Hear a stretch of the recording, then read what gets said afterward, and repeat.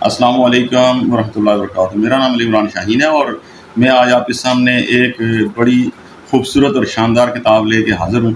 اسلامی معاشرے کا محور مسجد ہر مسلمان کی زندگی کے اندر ایک بنیادی حیثیت رکھتی ہے، اور اللہ تعالیٰ نے قرآن کے اندر اس مسجد کا بڑی جگہ تذکرہ فرمایا ہے، اور حضور نبی کریم صلی اللہ علیہ وسلم کو مسجد کے ساتھ بڑی محبت تھی۔ آپ جب مکہ سے چلے اور مدینہ کے سفر میں تھے تو آپ ابھی مدینہ میں پہنچے نہیں تھے، تو آپ نے قباء کی بستی کے اندر جو قیام فرمایا تو سب سے پہلے آپ نے وہاں پہ اسلام کی پہلی مسجد قباء کی بنیاد رکھی۔ پھر آپ مدینہ پہنچے تو آپ نے اپنی اونٹنی سے اترنے سے پہلے وہاں پہ مسجد کے مقام کا تعین کیا، اور پھر آپ اپنی اونٹنی سے اترے اور پھر آپ نے لوگوں کے ساتھ میل ملاقات شروع کی۔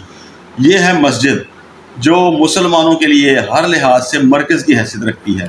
یہ کتاب ہمیں یہی کچھ سکھاتی ہے اور یہی ہمیں بتاتی ہے کہ ایک مسلمان کی زندگی کے اندر مسجد کی اہمیت کتنی ہے۔ یہ بڑی شاندار کتاب ہے، بہت اعلیٰ کتاب ہے، اور قرآن و سنت کی روشنی میں اور صحابہ کرام رضوان اللہ علیہم اجمعین کی جو سیرت ہے اس کی روشنی میں ہمیں بتاتی ہے کہ مسجد کتنی اہمیت کی حامل ہے۔ اس کے آپ ذرا مختلف جو کانٹینٹس ہیں وہ دیکھیں تو سب سے پہلے ہے مسجد کی اہمیت، کہ مسجد ہماری زندگی میں کتنی اہمیت رکھتی ہے۔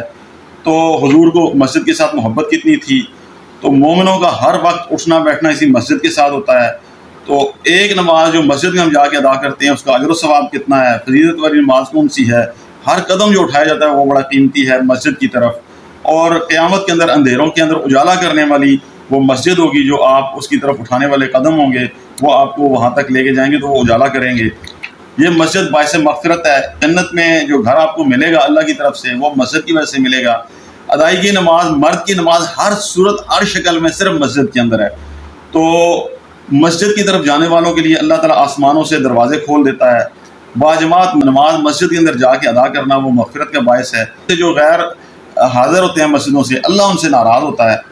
مسجد کی طرف اذان کے بعد جانا وہ ضروری اور لازمی اور ہر صورت میں فرض ہے اور ضروری ہے۔ مسجد کے آداب کتنے ہیں وہ سارے اس میں بتائے گئے ہیں۔ مسجد میں بیٹھے رہنے کی کتنی فضیلت ہے، اللہ تعالیٰ ان لوگوں سے کتنا راضی ہوتا ہے وہ اس میں بتایا گیا ہے۔ تعلیم و تربیت کا مرکز جو ہے وہ مسجد ہے۔ تشنگان علم و حکمت وہ مسجد کے اندر آتے ہیں اور حاضر ہوتے ہیں۔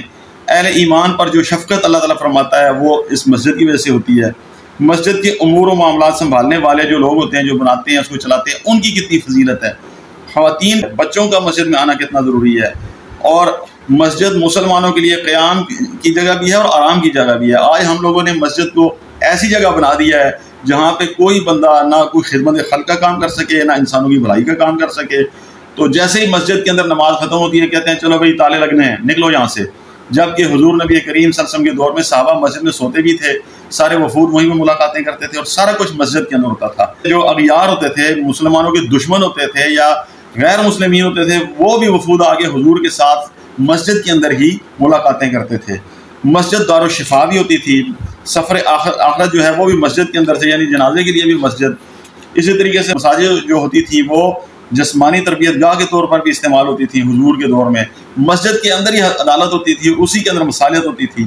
مسجد کے اندر حقوق العباد کی ادائیگی، اور اسی طریقے سے مسجد کی آبادکاری کے لیے جو صلاۃ کمیٹی بنائی جاتی ہے ہمارے ہاں، جس کا آج ایک نظام اور طریقہ کار وضع کیا گیا ہے، یہ ساری بڑی تفصیل سے ایک ایک چیز کو اس کتاب کے اندر وہ بڑے اچھے طریقے سے سمویا گیا ہے، بڑے اچھے طریقے سے بڑے اچھے پیرائے میں بیان کیا گیا ہے۔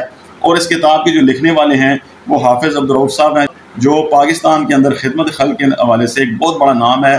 لاکھوں لوگ اس نام سے واقف ہیں، شاید اس سے بھی زیادہ واقف ہیں۔ خدمت خلق کے بڑے عظیم کام انجام دیے اور آج بھی کام یہ کر رہے ہیں۔ انہوں نے یہ کتاب لکھی ہے، بڑی شاندار کتاب ہے، اور ہر مسلمان کو یہ کتاب پڑھنی چاہیے۔ تو اس کتاب کو حاصل کرنے کے لیے جو رابطہ نمبر ہیں وہ ہماری اسکرین پر آ رہے ہیں، آپ نوٹ کر سکتے ہیں۔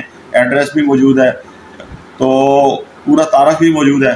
تو یہ کتاب ہر ایک شخص کو خریدنی چاہیے، پڑھنی چاہیے، اور اس سے بہت کچھ سیکھنا چاہیے، اور سیکھ کے مسجد کو اپنی زندگی کے اندر اسلام کا صحیح معنوں میں مرکز بنا کے اس معاشرے کی اصلاح کرنی چاہیے۔